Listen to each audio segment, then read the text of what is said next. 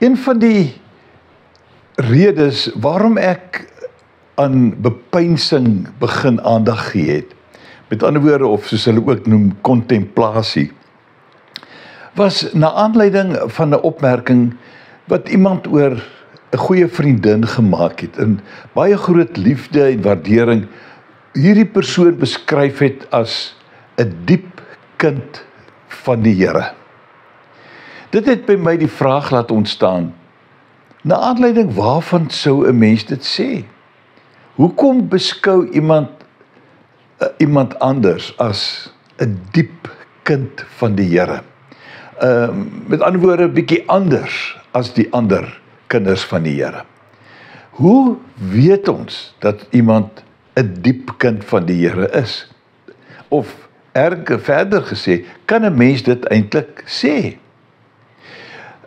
Ek lees in Matteus 5 vers 43 tot 45, waar die Here Jesus sê, julle het gehoor dat daar gesê is, jou naaste moet jy lief hê en jou vyand moet jy haat.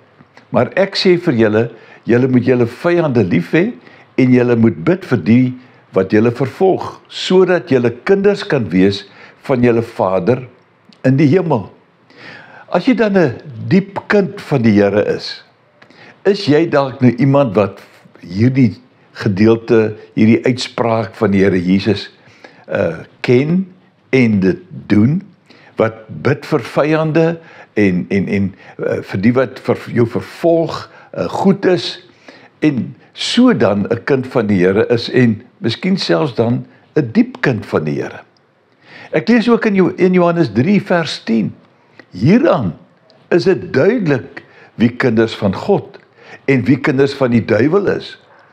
Iemand wat nie regverdig lewe nie en nie sy broer liefhet nie, behoort nie aan God nie. Met ander woorde, daar is twee maniere van leef. Die wat kinders van God is en die mense wat dan kinders van die duiwel genoem word. En die verskil is dat 'n mens moet regverdig leef en lief hê en so aan God behoort. En dan kwalifiseer jy om ergens in jou verhouding met die Here en met ander mense 'n diep kind van die Here te wees. Kom ons dink 'n bietjie daaroor. Dink oor onsself. En hoe sal iemand anders ons verhouding met die Here beskryf?